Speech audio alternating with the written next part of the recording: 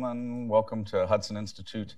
I'm Todd Lindberg. I'm a senior fellow here. I work on national security policy and related matters. Welcome to our discussion today on requirements for successful military cloud, best practices, innovation, and security. We have two very distinguished panelists joining us today. Bill Schneider is a senior fellow here at the Hudson Institute and is president of International Planning Services, Inc. He is also chairman of the Defense Science Board.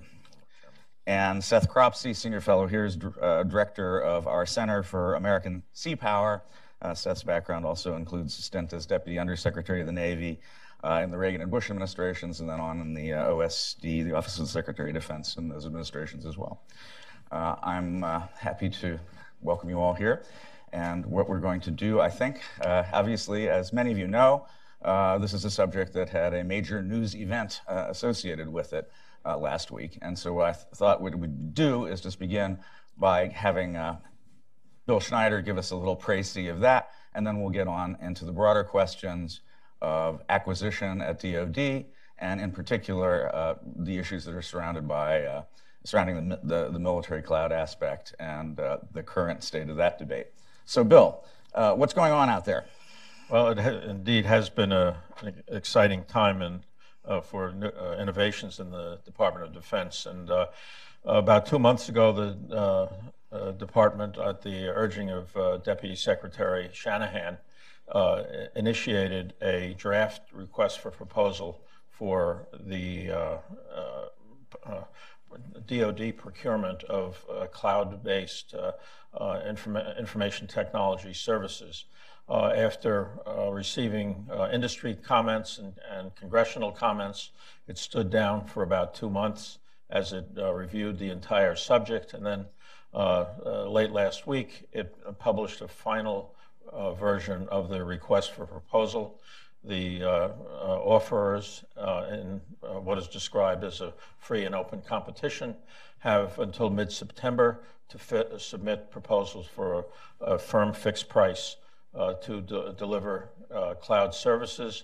It can be for a period of a minimum of 2 years and with extensions and renewals up to a period of 10 years for an estimated cost of approximately $10 billion for the cloud services that would be rendered to the Department of Defense over that 10-year period. So it's quite a change in that the DoD has been discussing this for a decade, but has been relatively slow to move, and so it has been greeted with a great deal of interest. Great, thank you, Bill. And now, Seth, let me turn to you. You've had an insider view on questions related to the defense procurement process, and in addition, you've supplemented it with years subsequently to your service in government and researching in this area.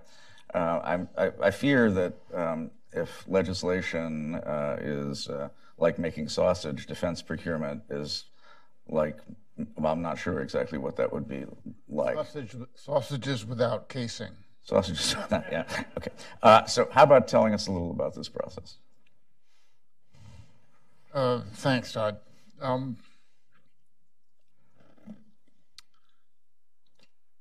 I think a good way to start thinking about Defense Department procurement is to understand, just get a glimpse of the size and the scope of defense agencies that come under the Secretary of Defense's control that have been established over 3, 4, even 5 decades. I'm not going to read the whole list to you. I'm just going to read a little bit of it, but this information is very important because procurement is, well, let's say it's essential to the defense of the country, and it is one of several important issues that are governed by, controlled by different agencies. So we have the Defense Advanced Research Projects Agency, which only has 220 employees. We had the Defense Commissary Agency, which employs 18,000 people. The Defense Contract Management Agency, which has almost 12,000 civilian and military employees. The Defense Finance and Accounting Service. I'm sorry to say I can't tell you how many thousand work there. The Defense Health Agency, also large. Defense Information Systems Agency with 8,000 civilian and military employees. The Defense Contract Audit Agency, which employs 5,000 people. The Defense Intelligence Agency, which employs almost 17,000 people. The Defense Logistics Agency, which, for example, handles all non-military items like pencils and toilet paper and things that don't have military requirements, which employs 27,000 people. So I'm going to stop there because I wanted to give you just a kind of a sense, but the list is a lot longer. It's 2 pages. Leaping ahead somewhat, it's likely that when cloud computing arrives, each of these would have to be integrated into any cloud system, and that is not free.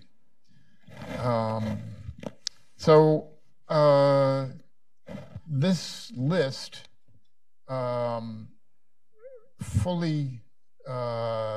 the total of people here is somewhat smaller than the Marine Corps.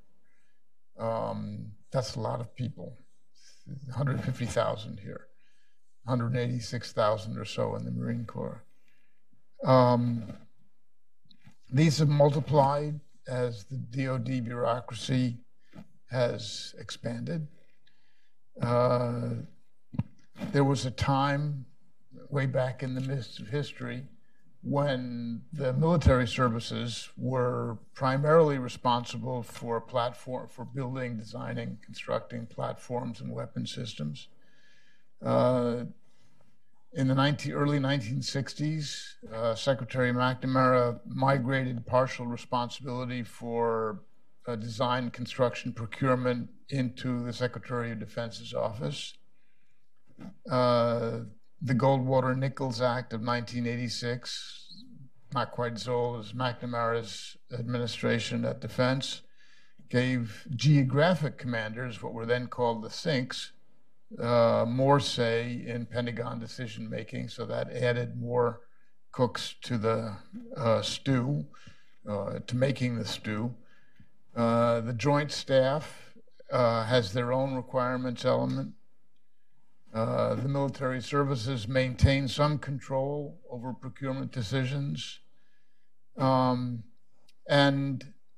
as amazing as it may be, things don't always work out the way they were intended. Just a very, very brief example. In the Reagan administration, and with the help of one of the shipyards in the South, Congress decided to tell the Navy to spend $100 million and appropriated the money to build a replacement for a Vietnam-era small boat. And the procurement system, even in the 1980s, was complex. And accountability was iffy. And what ended up was a 331-ton vessel that was subsequently not used for the intended purpose, and more money had to be appropriated to produce the replacement for the smaller boat that had been used by special warfare and which had become obsolete. So this is an example of the fact that Congress is also one of the players in this procurement, this multi-layered, complex, and largely unaccountable procurement system. To give you another example of the complexity, but more the non-accountability of this system. Some of you may remember that when Admiral Greenert, the Chief of Naval Operations several years ago, was testifying before Congress, Senator McCain asked him to explain the reason for the $2 billion cost overruns of the so-called Pathfinder Ford-class aircraft carrier. And the admiral, who's a honest man, said, it's difficult to say so. And it's telling the truth. Couldn't really provide the answer. Decisions about new technologies shift around. They shifted around then. They still shift around between the Navy, between congressional impositions, between the Office of the Secretary of Defense and the Joint Staff. The Ford, for example, the aircraft carrier, does have an electromagnetic catapult and recovery system. It's a new technology, but accountability in its design and construction is not there. So identifying who is actually responsible in the procurement of weapons and platforms is spread out. It's like trying to look at the Soviets' gas plan and figure out who decided how many tractors should have been built in 1975. Attempts to control procurement costs in the past have included requirements, and this is a sensible one, that any change orders larger than $100,000 would have to be signed, this is in the Navy, by the Secretary of the Navy and the CNO. CNO is the Chief of Naval Operations. I'll be doing that a lot. It's inevitable in the course of discussions of these things. So that's a small attempt at trying to control the costs, which invariably arise as a new ship, for example, is being built. It takes a long time to build a ship, even a relatively small one, and technology advances as that happens. And the people who are making the ship figure out different ways of doing things, and they come back and they say, well, this is going to cost more. And so what was attempted 20 years ago or so was to require requests for change orders to be signed at a certain level, above a certain level, by the Secretary and by the Chief of Naval Operations, which was some attempt to put accountability into the system. The process for procuring cloud computing is ironically an example itself. The Joint Enterprise Defense Infrastructure, called JEDI, is the projected 10-year, you'll hear more about this, and I think you know about it, $10 billion effort to switch DoD from its current usage to cloud computing. So responsibility for the program began with a cloud executive steering group established by the Deputy Secretary of Defense. And from there, responsibility shifted over to the Defense Digital Service, with the unfortunate acronym of DDS, which reminds you of your dentist. And now it rests with the Defense Department's Chief Information Officer. So, summing up here briefly, cloud computing has the extraordinary potential to simplify the accumulation and retrieval of data in the Defense Department, sensibly implemented, and you'll hear some more about that in a moment. It can save money and time, and it can improve efficiency. It will be most effective if accountability can be returned to the procurement process. Thank you. Thanks, Seth. Bill, over to you. Okay, well, Thank you. And one of the important bits of recognition that needs to be afforded to the decision to release the request for proposal is the importance of DoD actually making a decision to begin to move DoD operations to be supported by cloud-based information technology architecture. This has had taken on sort of a NATO characteristic, as I call it, no action, talk only, for nearly a decade. During my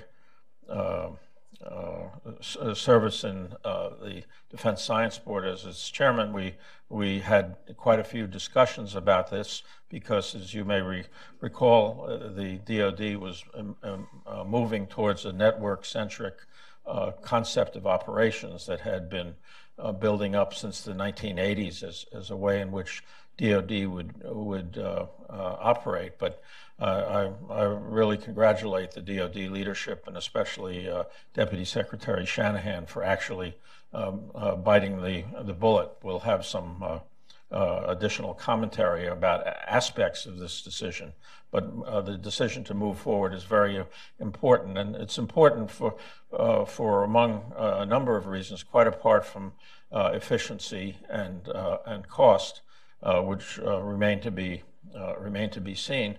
But the nature of modern military operations will no longer permit the use of modern military systems without cloud-based sources of data, not only for storage and retrieval, but at least and perhaps more important, for processing. A lot of these data come from many different sources, from space-based platforms, from airborne platforms, naval vessels, both surface and submarines, as well as terrestrial systems. These need to be integrated, and the data needs to be processed and insights extracted from them and distributed to the combatants to be used. But similarly, data needs to be collected, stored, and processed to run the logistics system and many other operations of the Department of Defense. And the idea of moving the data to a cloud-based architecture is necessary for military operations to take place. The F-22 and the F-35 aircraft are two of the poster children for the importance of moving to a cloud-based architecture, but they are by no means the only ones. And as we get into the discussion, there are, I think, three major points that might be addressed, and I'm sure more will come out in the discussion. But the first deals with the issue of best practices. If you go through the request for proposal package, there's one of the points that comes out is that the DoD wants to, to the greatest degree possible, build on the commercial market for cloud-based services. This market has grown remarkably in the past decade, and as a commercial product, it is quite mature. In fact, more than half of the enterprise-wide users of cloud services have at least 5 different cloud service providers for different applications. One of the characteristics of the DoD solicitation, however, is that they are seeking a single cloud service provider. And this differs somewhat from the commercial model that has been able to take advantage of an industry that's very vibrant, that is capturing new technology that's developing very rapidly and being able to offer it in a service mix that is well beyond merely storing, permitting retrieval and processing of the data, and the market has evolved in that manner. Another motive for moving to the cloud deals with the issue of security. when Director Clapper of as Director of National Intelligence made an early decision in 2013 to move all of the operations of the 17 agencies of the intelligence community to a cloud-based architecture. It was driven by two concerns. First was the security problems that had emerged with a decentralized information technology sector were producing significant losses in data. The failure to patch a computer or a mistake in using a thumb drive to take data off a specific machine were producing problems that could be stopped simply by moving to a cloud-based architecture that eliminated the decentralized property of it. But it was also a question of cost. And Director Clapper believed that the intelligence community could save about 50% of its costs in IT services if it moved to a cloud-based architecture. These circumstances were, I would say, generally well received by the intelligence community in terms of its application, even if the optimism about cost savings didn't emerge as planned. But nevertheless, initially the movement to the cloud looked successful. But as time went on, the intelligence community found that it needed more than one cloud provider. And most recently, the intelligence community has led a contract to Dell and Microsoft to provide another cloud for its applications. So I think the DoD usage of cloud-based services, even though smaller agencies have initiated some cloud-based procurements. The DoD-wide cloud is an immature aspiration and probably will evolve over a period of time. The second issue relates more generally to some of the contemporary concerns about security, and those issues have the property that the cloud poses still important problems for security for the DoD. The first is the issue of the insider threat. The insider threat now is already a formidable problem, as we've seen by spies such as Snowden, who took 1.7 million documents in a very short period of time from the intelligence community and is now resident in Russia after spending several days in the PRC en route to Russia with his haul of purloined documents, albeit in electronic form. So the insider threat is an important security issue, but another security issue that will be present on a scale with cloud-based architectures that is not so apparent in a decentralized architecture is the physical security of the installations. The request for proposal calls for a minimum of 3 such structures. Their location could be on a military base or at some suitably concealed location. But nevertheless, a relatively small infrastructure like that is vulnerable to physical attack. And physical attack is quite likely given the very inviting target such a high degree of centralization of core operational data is, but also the fact that these small number of sites, whether it's 3 or 30, is still a small number of sites compared to the decentralized model, will still produce an inviting problem. an adversary and a vexing problem for us. The third aspect of it deals with supply chain security.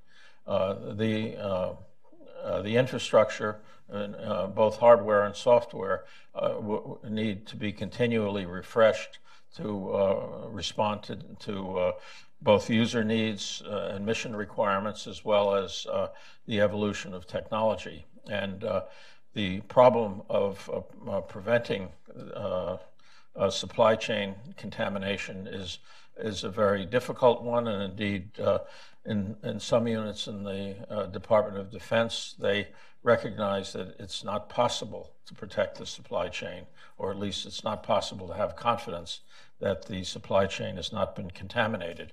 And so other measures need to be taken.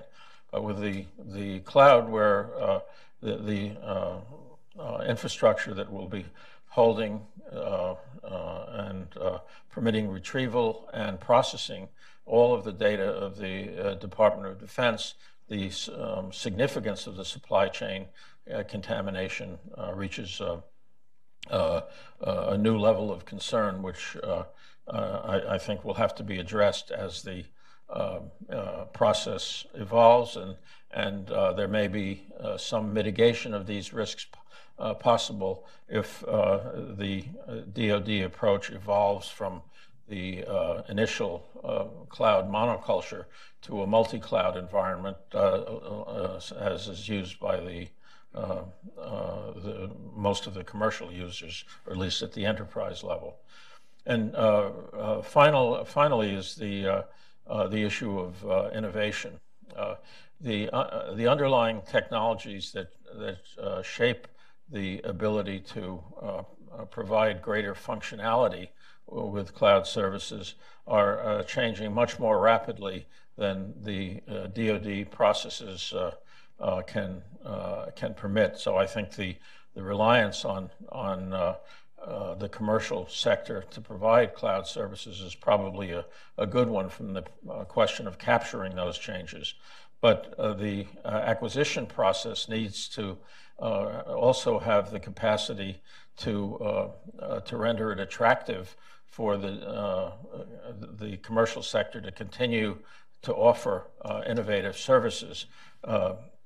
In some of the industry comments on the draft request for proposal, it was observed that it's unlikely that the cloud services vendors could make any money until somewhere between the 6th and 10th year of the proposed contract. Well, with those kind of rigidities in the contracting process would probably not offer much of an incentive to the cloud service provider to provide additional services and functionality in the absence of some better way of the government procuring such services. So there's a risk that has to be managed about trying to allow DoD to take advantage of the vibrancy of this market segment in providing more functionality to cloud services, because as is implied by the fact that DoD-wide we're going to go to a cloud-based IT model. We don't fight as an Army, Navy, or Air Force. We fight jointly, and all of the ability of the military departments to operate jointly in the fight needs to be enabled, and the cloud-based IT model perhaps presents the most appealing way to enable this. So I think in the longer term we can be optimistic that the DoD's initial steps, even though it's likely to evolve in the way the commercial model has evolved from initially a single provider, as the enterprise became comfortable with the notion of cloud-based applications, and then later to a multi-cloud environment where it attempted to optimize the mix of cloud service providers to meet the the requirements of a company, or in the case of the Department of Defense, I think eventually to meet the mission requirements of the Department of Defense. So I'll stop there. That's great. Thanks, Bill. Seth, there is no commercial market for a Ford-class aircraft carrier, whereas in the case of the cloud, we have a very vibrant commercial market that exists for the provision of these services, at least in a private sector sense. In other words, without sufficient attention being paid to issues related to classified information, et cetera. But I wanted to ask you, what difference should it make, or does it make, that this is a thriving commercial enterprise at the moment, as opposed to sitting down and trying to design a new aircraft carrier? You mean that what difference does it make that we're talking about using cloud computing for the military as opposed to commercial purposes? Well, no, I meant the internal process. I mean, I think when you're sitting down and designing an aircraft carrier, you're not actually working with stuff that's already out there. You've got existing programs, existing procurement, et cetera, underlying it, but the process itself is different from what you might be doing in terms of acquiring services from the commercial sector that enterprises are already working on. Well, the military works with contractors, subcontractors, tertiary contractors on all sorts of things that don't have directly military applications all the time. Computers is one example of that. And as far as the military procurement system goes, it has a lot of experience, not only with its own, for example, in the Navy shipbuilding, but with companies that have been doing this for, some of them for over a century. So there is a difference. But I think Bill's points about security here are vital, because what we're talking about is putting the brain of the U.S. military into somebody else, outside of the military, and that means everything from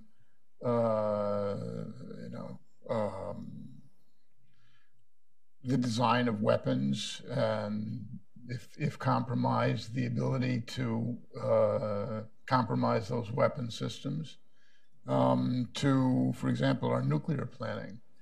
And that presents a challenge that is different from the mere building of an aircraft carrier. The Department of Defense has had a troubled relationship with information technology. If you look at the origins of the seminal inventions that emerged from World War II, it was the military applications of atomic energy and computing. And both of these at the outset, of course, were dominated by the government, and the realities of the almost universal applications of computing compared to the military applications of atomic energy meant that the computing business was going to be driven into the commercial sector. And as we've found since the 1970s, that the DoD has become a minor user of computing, not a driving user of it, and this is even more so today. So the fact is that DoD increasingly has been obliged to adapt commercial technologies to its needs, and to an increasing degree, the technologies that are shaping the commercial applications of IT are moving along much more rapidly than the DoD capacity to to absorb them. And one of the benefits of moving to a cloud-based system, especially if it's built in a multi-cloud environment and a competitive acquisition process, is that the DoD will be able to capture these advances in technology that produce greater functionality and support for the DoD's mission. But the process of getting there is difficult, as Seth was commenting. The DoD processes are made for an industrial age, and they are not made for an age where the information is the dominant mode in which the Defense Department operates. Great. Bill, this is it's called a Pathfinder contract. What does that mean, and what should it mean? Yeah, well, it's I think the Pathfinder concept does probably not have definitional rigor in the federal acquisition regulations, but it is clearly intended to provide the image of a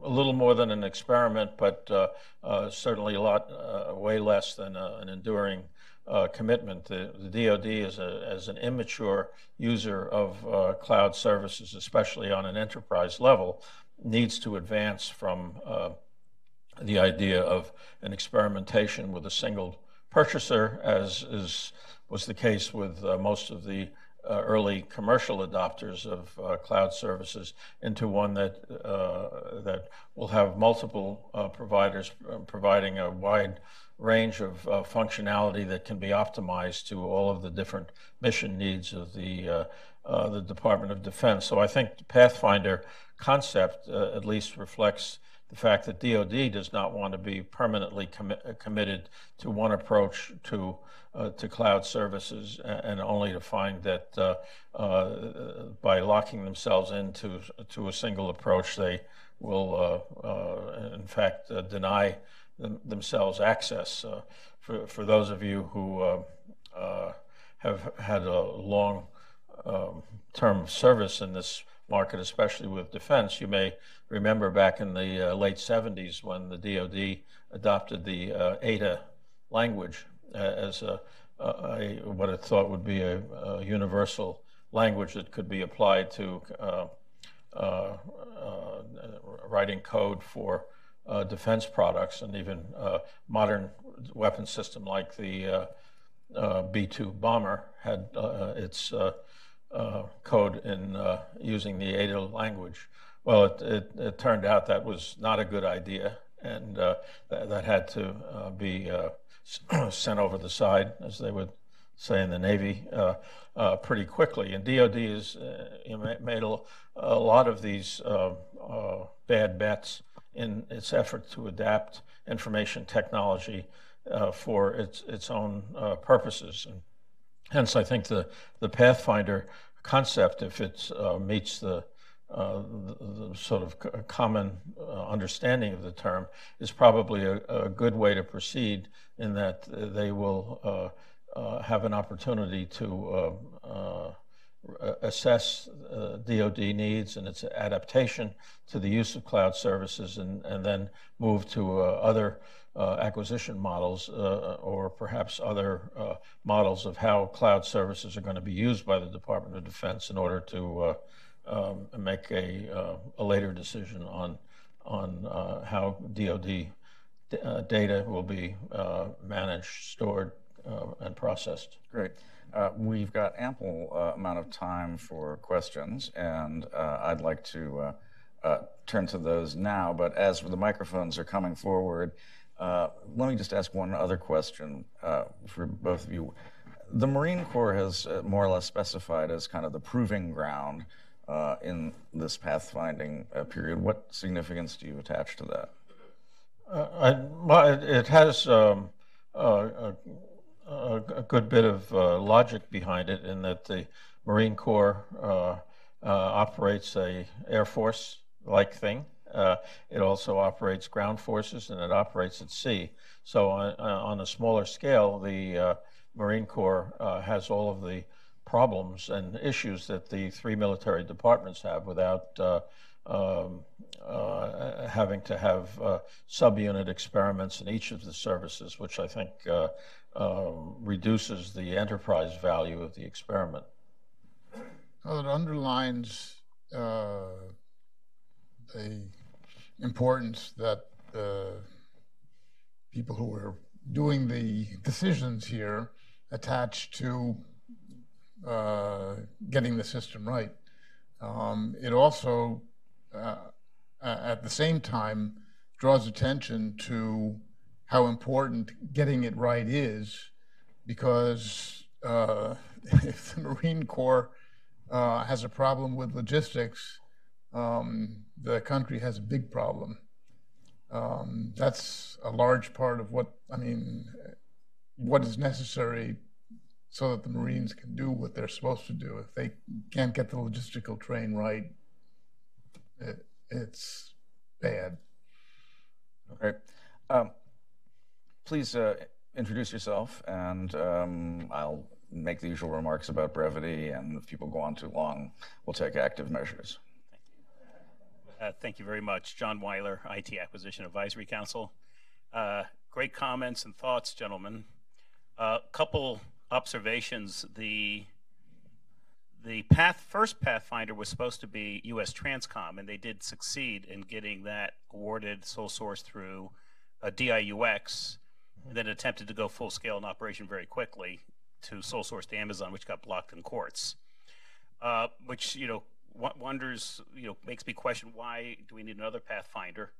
The second question is, why so focused on commercial cloud that's public versus commercial clouds that can be private and more secure?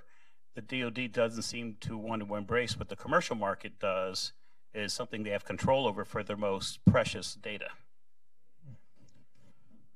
Those are, of course, very pertinent questions, and I think it does reflect the fact that this enterprise or effort to move towards an enterprise-wide experiment with the cloud is what's on the mind of the leadership. What kind of problems are going to emerge, and I think the problems will become evident. The DoD security concerns are necessarily obscure, and even though they have some unclassified security guidelines, it conceals more than it reveals about exactly how DoD is going to come about it. But I think the security concerns I mentioned are really generic security concerns that affect whether it's a decentralized or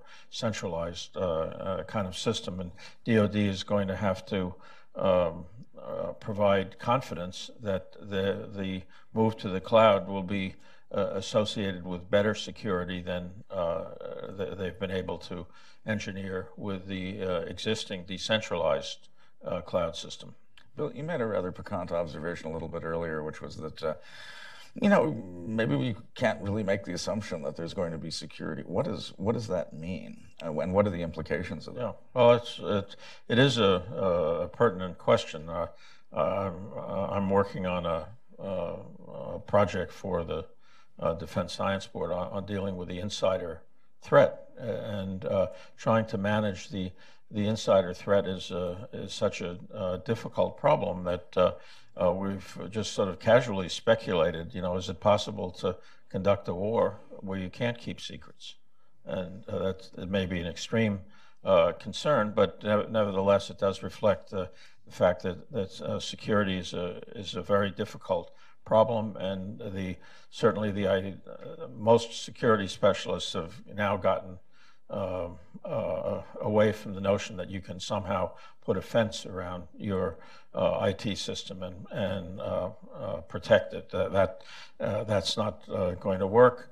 There's some experiments with systems engineering your IT system, knowing that the bad guy is in there, and if he's in there, how can you stop him from exploiting his access? I think these are still in the domain of research. The advances in cryptologic technology, especially through quantum computing, offer some basis for optimism that the computation problem can fix at least a good part of it by being able to encrypt the data, but there are necessary nodes between when data is encrypted and when it's not encrypted that still offer vulnerabilities. So this is definitely a work in progress.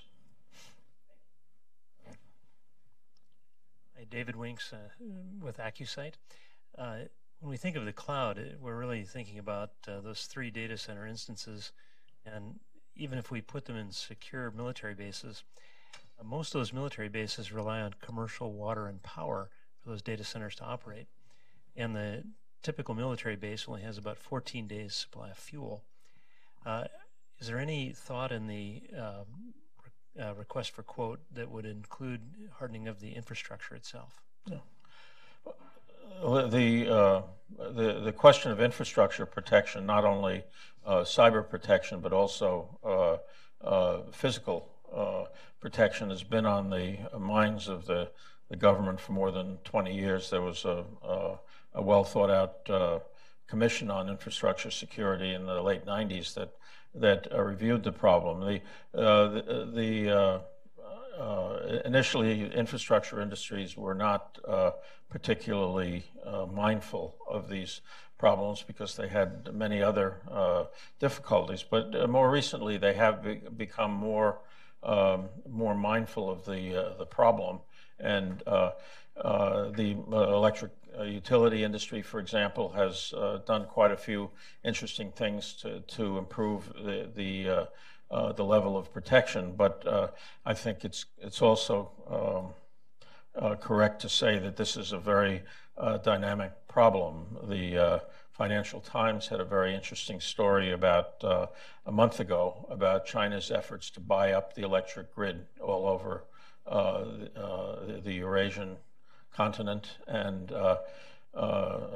they observed last week that a secret Chinese buyer had, through a British company, had bought control of the UK civil nuclear power industry. So there's many dimensions to the problem of the security of the infrastructure that needs to be engaged, and it probably needs, as DoD is trying to do now, to be engaged as a system rather than dealing with the eaches, because the system has the problem, not just the individual elements of the infrastructure. Sorry, ma'am, you're next. Sir? Hi, Chris Corneli, Bloomberg Government. The Pentagon has 500 cloud programs already underway. The Army has its own cloud, Navy has its own cloud, Air Force has its own cloud. At the same time, the government is competing JEDI. It's also competing a partner cloud program called DIOS. It's completely separate. In light of that, wouldn't you say that the federal government or the Defense Department is well on its way to the multi-cloud approach that you're recommending? It's an interesting question, and how they'll manage it is to be determined. In the DoD's response to the Congress, they discussed the issue of the fact that there were many other clouds. I think the figure referred to was about 500 experiments, which may make it easier to integrate the clouds. As I mentioned, we fight jointly, not separately, and the fact that the Navy would have a cloud doesn't assure that the Navy and the Air Force, for example, would be able to work together in a theater of operations. And so I think DoD is trying to find some way to harmonize this, and the fact that there is a fair amount of experience with clouds on a smaller scale, I think may make it easier to have an integrated multi-cloud environment over time as DoD gets past this Pathfinder phase and looks at how they can manage the combination of importing civil sector best practices, improving security to meet the needs that DoD has while capturing the innovation that's extant in this industry. Thanks for your presentation. My name is Li Yang. I'm looking at the title that's Best Practices, Innovation and Security. The problem now is we have to kind of look at the whole system, whether you are going to improve the productivity and outcome. So I just wonder, currently there's a dispute about the cloud, who's going to be the winners, whether it's Amazon or there's some other maybe vendors, IBM or AT&T or whatever. So I just wonder if there are some possibility, there's some major project would use a cloud, but some other small analysis, maybe you don't need a big one centralized cloud until you reach the point. And then the importance to reach the point, good result is inside the personnel and their productivity. Currently, government agencies just don't have the productivity, and a lot of people are really negative productivity. And they are not even capable of doing anything except maybe accumulate a lot of personnel to retaliate against good people. So I just wonder if you can address these issues. How are they going to reform the government, especially DoD? They are still purchasing a high price, low quality of merchandise. And so if you think about hacking, it's not really just Snowden, but also insider, they are still there. They are still there doing against the general public and general employee. So I just wonder if you can address those employee staff and to improve the productivity. Yeah. Thank you. The governance model is probably likely to evolve with the way in which the DoD adopts the cloud services model. And so I suspect there will be improvements.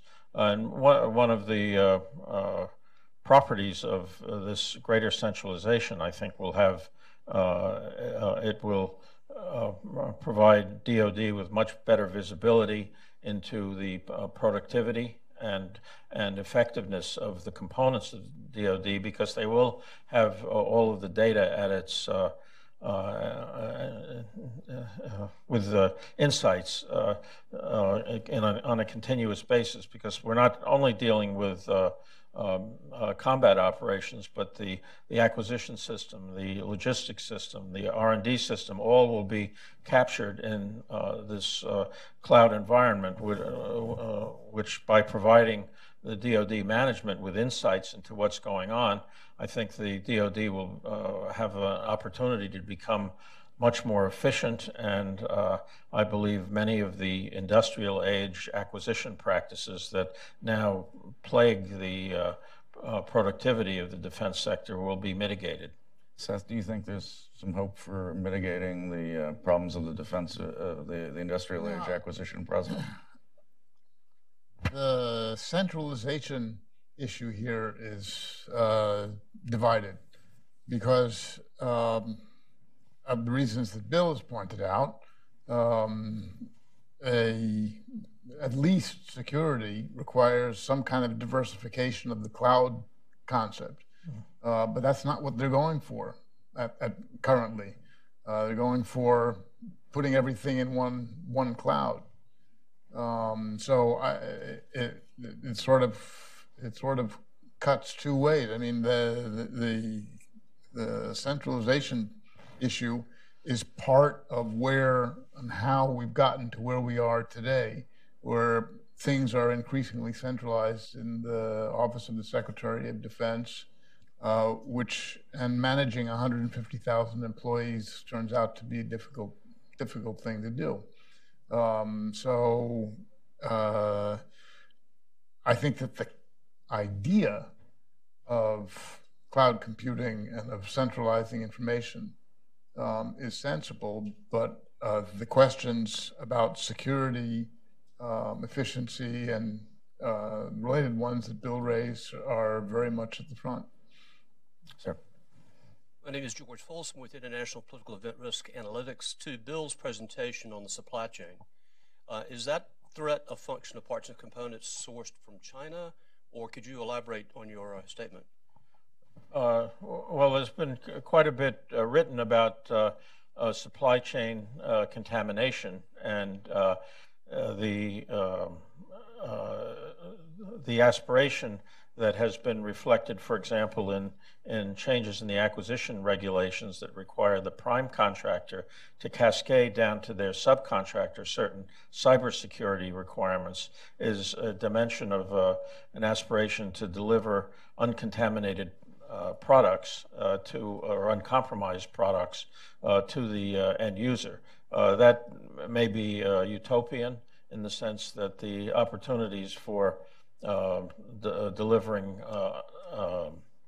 uncompromised products face so many hurdles that some second best solution may have to be found, such as systems engineering products to be able to cope with the inevitability of adversary penetration of these systems. But I think DoD is cognizant of the problem and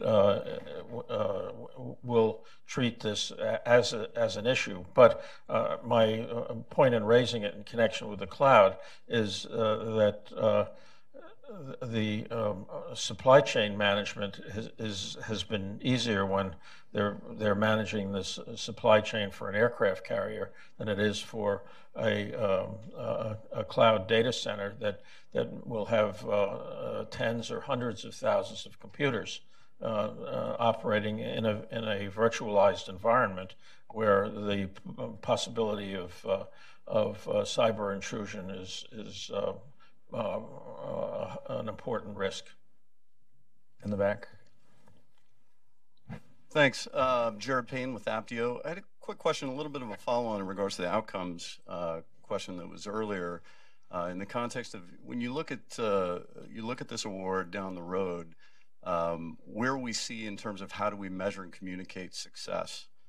So in terms of kind of the road that you went down of talking about centralized data repository to be able to get analytics across the scope, do you see that in regards to where the RFP is today in regards to providing that data?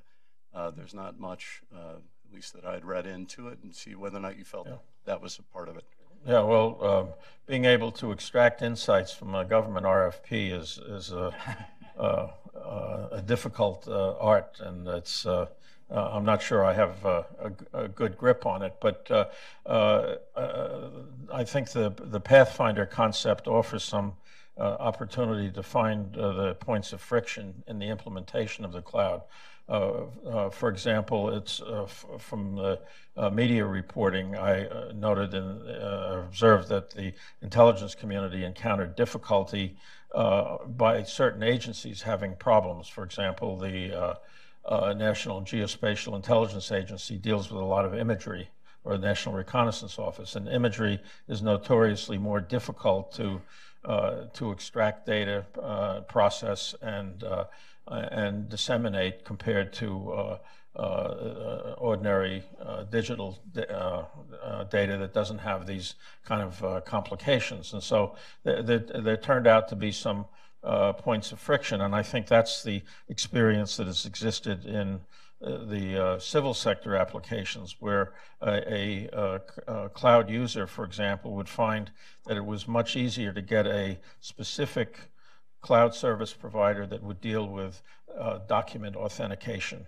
and just let that cloud service provider handle the functionality associated with that, because they were experienced and able to adapt. And I think eventually, as we're starting to see with the intelligence community, where they're bringing in a new team for a different cloud services from Dell and Microsoft, that we may see this same kind of evolution in defense. I think as was noted earlier, the fact that many elements of the DoD have seen the value of the cloud, and they've gone out and used their appropriated funds to acquire cloud services. I think now, looking at DoD from an enterprise perspective, that they will encounter the fact that a single cloud service provider is unlikely to be able to provide the optimized portfolio of functionality that the DoD user will require.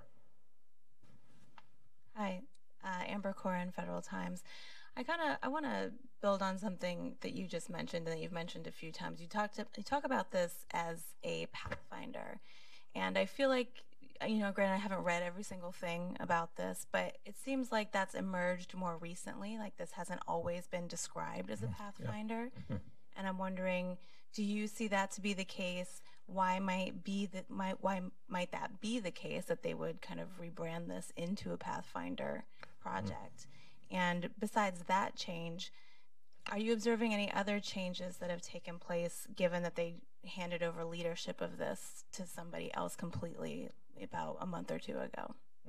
No, it's a good question. There's a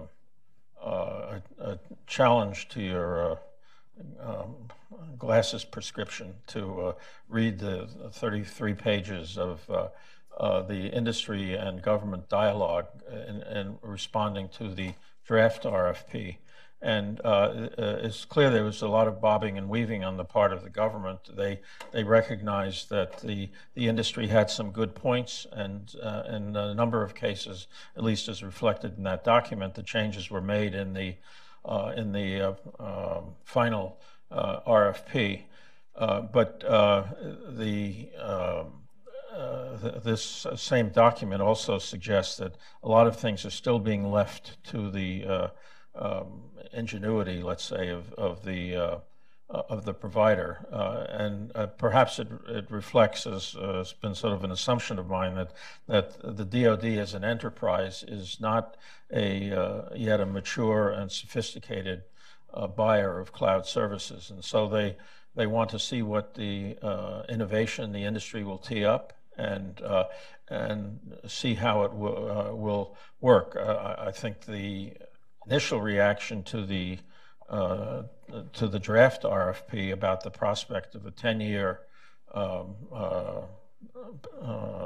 sole source contract seemed to it did get a very negative reaction from industry. The idea of a lock-in of a single provider was deterring to industry, and so the idea of the Pathfinder, where the way the firm fixed price contract is constructed, so that the DoD can get out of the relationship after a 2-year period, even though if it was very successful, could go as long as 10 years.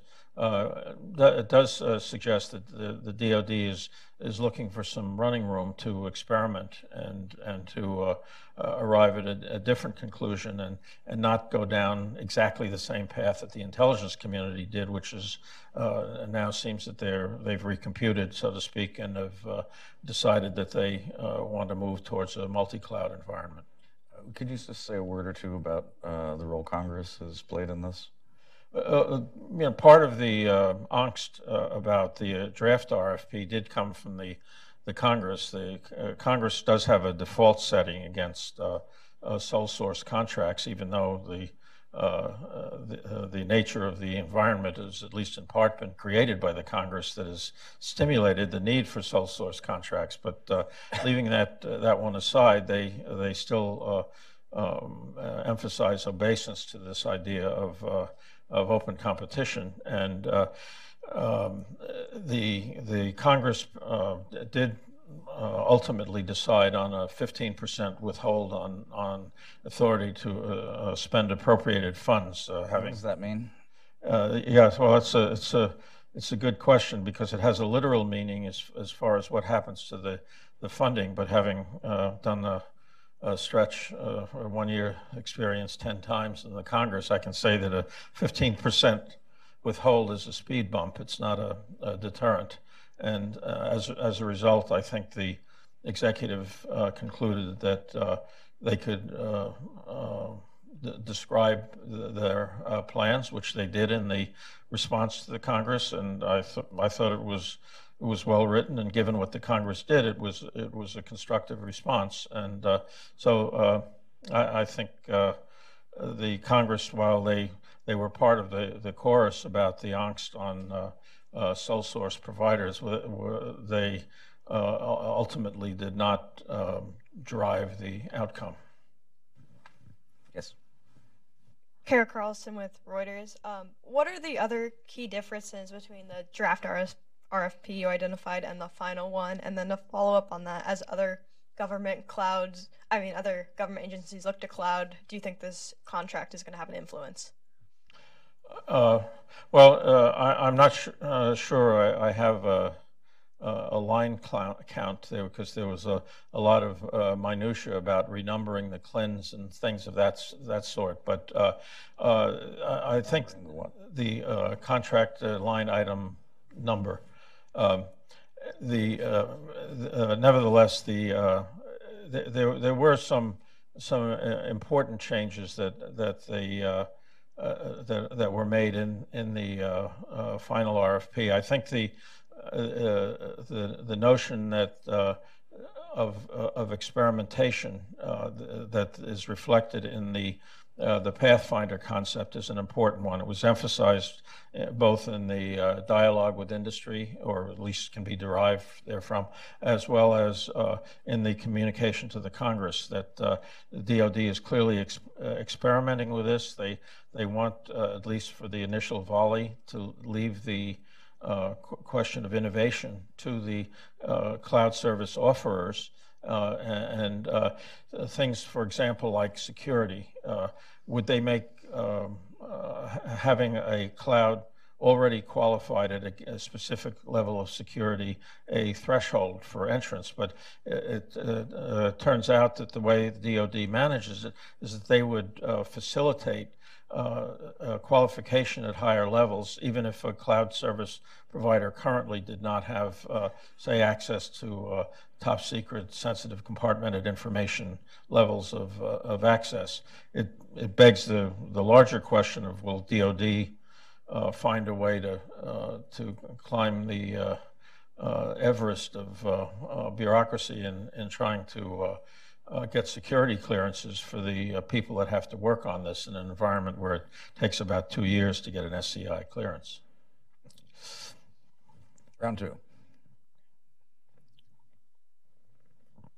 I wanted to, having studied this procurement in depth, and having been an advocate 10 years ago of pushing DoD into commercial cloud, which I sometimes regret today, we see a couple false narratives. One is in the report to Congress, it said a multi-cloud is too hard, and the best practice is commercial single cloud.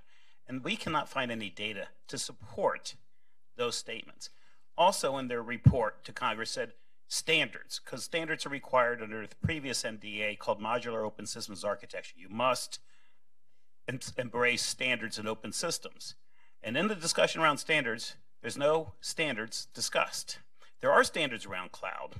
And as we've seen in other monopolies that emerge in the market, and I won't name them all, they are going to fight standards, because if you're the first market player and the biggest market player, you don't want open systems because it creates competition. So we don't have really any reference to standards in this. And then we have justification for a single cloud based on false information. Does that not create protestable situations when false information is being used to support a strategy? Well, on that, the particular point about commercial practice, I think it was a bit of a dialogue of the deaf, because in the dialogue between industry and government on the questions, one of the industry questioners raised the issue based on commercial surveys of cloud use, and DoD expressed in this document that they didn't want to comment on third-party surveys.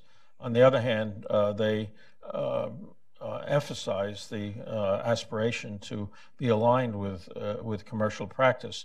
So I have perhaps naively fused these various data points of the Pathfinder, the dependence on commercial service, and the willingness not to tell the commercial services or commercial offers exactly how to do it, which is the default setting of the DoD, that there may be a basis for optimism that the path DoD is taking will actually allow the commercial practices to dominate, and the way in which commercial users actually set standards may in fact be the greater need. The tougher problem that DoD will face is how do they adapt to commercial standards? How do they manage the security environment where they're comfortable with a system that is sclerotic and does not really depend on the kind of data use that would really make the system work effectively. So I think the environment is good, and I hope the industry will retain an interest in this and help shape the governance model and the contracting model and the functionality that can be built into the system so that the government can really benefit from this effort.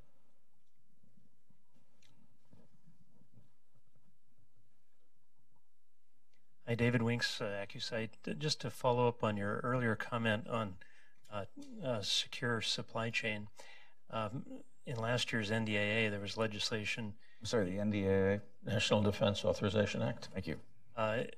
Suggesting that requirement, and then the DoD put out a publication, DODI 5200.44, which talks about secure supply chain down to the chip and component level. Is that a requirement, or is there any reference to that in this RFQ?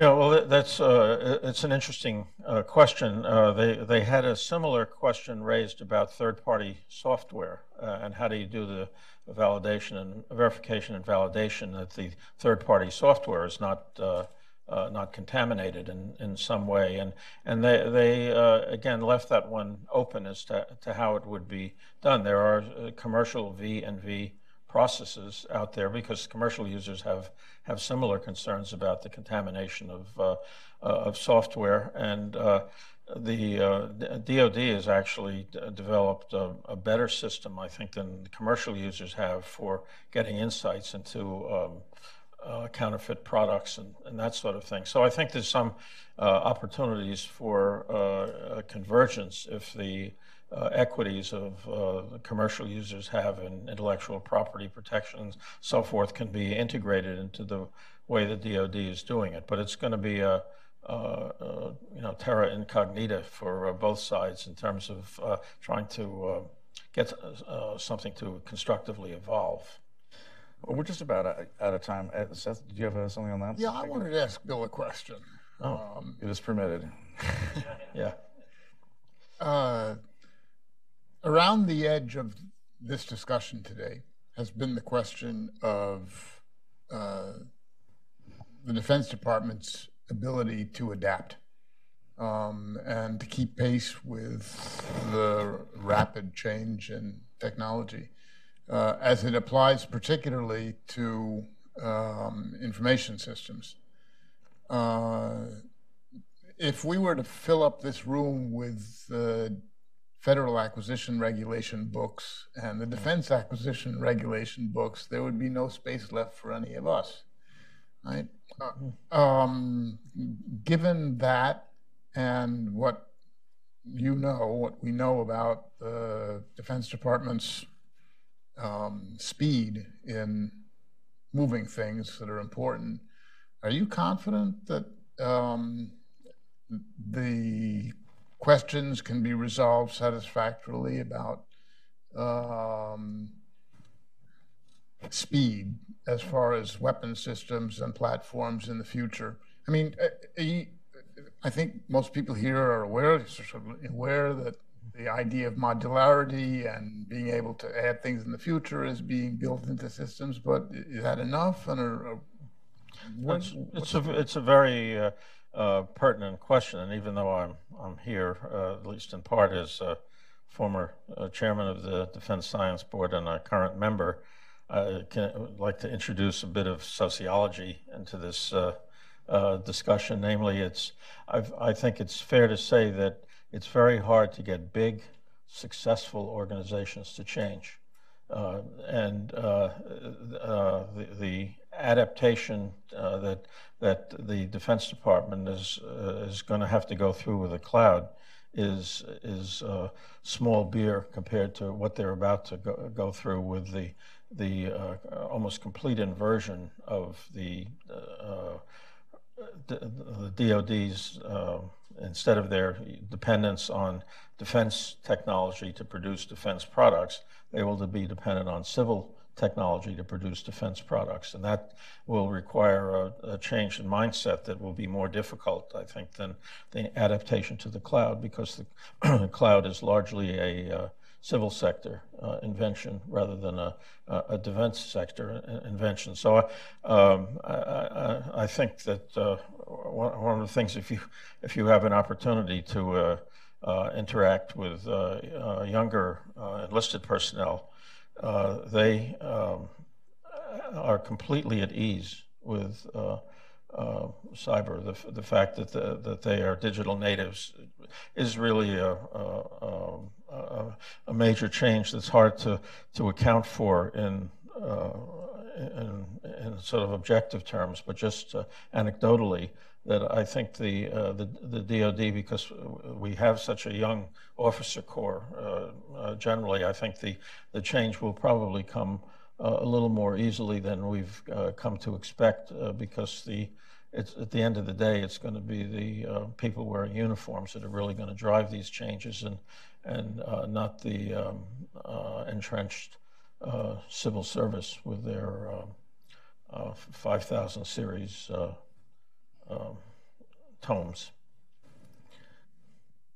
Seth, you're riding up in the elevator with the Secretary of Defense, and you have exactly that long to give him one piece of advice. What's your piece of advice? Change the model for the organization of the Defense Department of the United States from the Soviet one to one that looks more like the American one. Bill, same to you. Yeah, well, I think that because the DoD has taken this step, that with respect to moving to the acquisition of cloud services, the subsequent steps are much shorter and probably less risky than the risk they've encountered by not moving to the cloud sooner. And so I suggest that they should move as rapidly as they can to absorption of the commercial model for the development of cloud services, and look to ways of adapting DoD needs so that they can fit in to the greatest degree possible with the commercial model. Thank you, Seth. Thank you, Bill. Thank you all. Thank you.